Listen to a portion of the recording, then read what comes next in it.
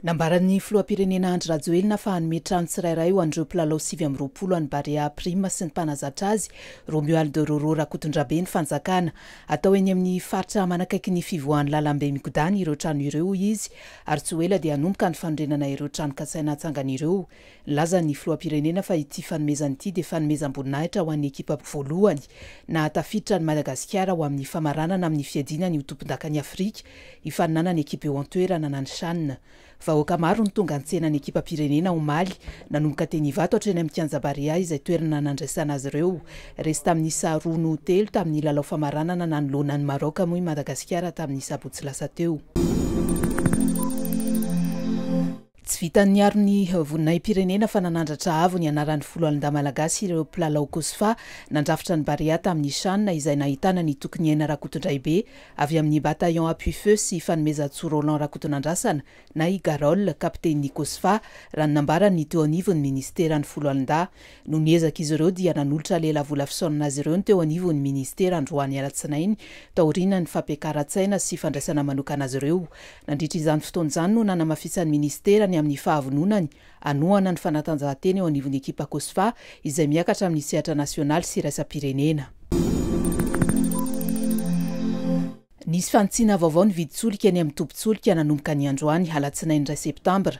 Nidina 300 ariary isaky ny litatra ny lasantsy ary 700 ariary ny gazoil.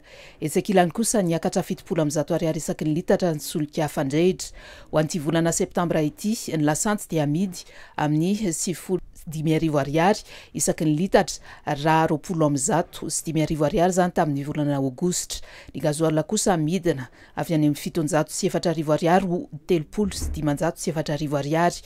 Ny lasantsy fandrehitra izay 103 ariary tamin'ny volana lasa dia lasa 20 sy 303 ariary amin'izao fotoana izao. Mpianatra mendrika misa 950 avy amin'ny fianakaviana Marifo Tomasina voalohany sy faharoa, Brikavilla ary Moramanga izay distrika voakasiky ny fitrandrahana Ambatovy no hisitraka ny fandaharana asa vaovao high school scholarship ho an'ity taom-pianarana 524 ity. Fandaharana asa miendrika avatsim-pianarana ho an'ireo mpianatra mba hahafahan'izy ireo manohy ny fianarana eny anivon'ny lycée. Mizara sokajy roa ireo mpianatra hisitraka izany, ao ireo nisitraka avatsim-pianarana ho an'ny ambaratonga faharoa ary naompy tamin'ny fanadinana BEPC, ao ihany koa ireo mpianatra vaovao mendrika izay nahazo salanisa 220 na mihoatra tamin'ny fanadinana BEPC teo. Miantoka ny saram-pianarana, ny fitaovam-pianarana, ny fianarana teny vahiny ary ny fandaniana hafa mahakasika ny fianaran'izy ireo, ny vatsim-pianarana raha ny nambarany teo anivon'ny orinasa Ambatovy. Ny 20 aogositra teo moa no nanomboana tamin'ny fomba ofisialy ity fanadaharana asa ity tany Tomasina. Ialoavany lanonana maro ny fampidinan'ny kabeson'ny ampanjakatoera sy ireo mpitaritafin'ny Rola any amin'ny faritra Menabe. Miaingany amin'ny seranam-piaramanidiny Ivato, mihazo ny mozole eny Antanimora, avy eo eny Avilo, anatanterahana lanonana ara-panjakana sy ara-miaramila ireo toeran'ireo. Namony ainy ary notapahan-doha ny fandavana ny fanjanahantany ampanjakatoera 20 taona laza izay. Ny 20 aogositra lasa teo no naverin'ny fanjakana frantsay nandritra ny lanonana manan-tantara ireo kabeso.